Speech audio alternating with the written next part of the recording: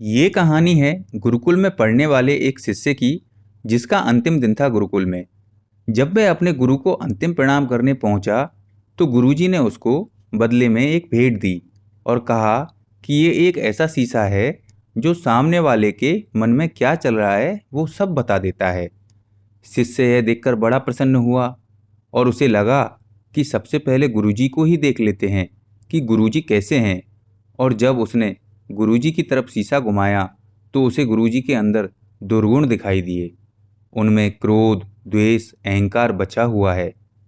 और गुरुजी थे, इसलिए कुछ बोला नहीं और प्रणाम कर भेंट लेकर निकल गया। जब वह शिष्य वहां से बाहर आया और सोचने लगा कि कैसे गुरु हैं, इनको मैंने अपना आदर्श माना और इनके अंदर ही अवगुण बचे हुए हैं और इन्होंने उन अवगुणों को अब तक खत्म नहीं किया और इनमें बहुत बुराइयां बची हुई हैं।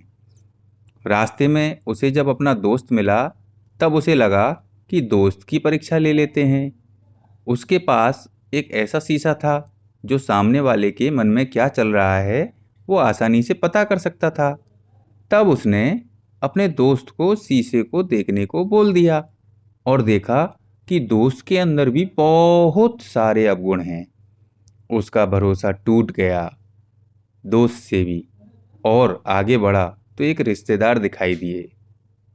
तब उसे लगा कि चलो इनका भी हाल जान लेते हैं। उनको भी शीशा दिखाया और तभी शिष्य उनके मन के भाव पढ़ लिए कि रिश्तेदार में भी कमियां हैं। अब उस शिष्य का भरोसा धीरे धीरे संसार से उठने लगा और कहने लगा कि गुरुजी, दोस्त और रिश्तेदार सभी में कमियां हैं। अब वह शिष्य अपने घर की तरफ आ चुका था और जब वह घर की तरफ बढ़ने लगा, तब सोचने लगा कि माँ और पिताजी में कोई दुर्गुण नहीं होंगे और वो निर्मल होंगे। मेरे पिताजी तो बड़े प्रतिष्ठित हैं और समाज में बड़ी प्रतिष्ठा है और सब माँ को देवतुल्य मानते हैं। शिष्य घर पर जब गया, तो पिताजी को सबसे पहले शीशा दिखाया और पिताजी में भी उसको अवगुण दिखाई दिए और माताजी को दिखाया, उनमें भी कमियां दिखाई दी।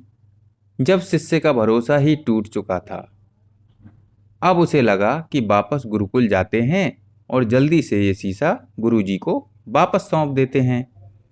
और गुरुकुल में जाने के बाद गुरुजी से पूछा कि ये शीशा आपने क्या दे दिया, इसमें सबके भाव पता चल रहे हैं, यहाँ तक कि आप में भी बुराई बची है। आपने भी उन पर काम नहीं किया और आप अभी तक निर्मल नहीं हुए।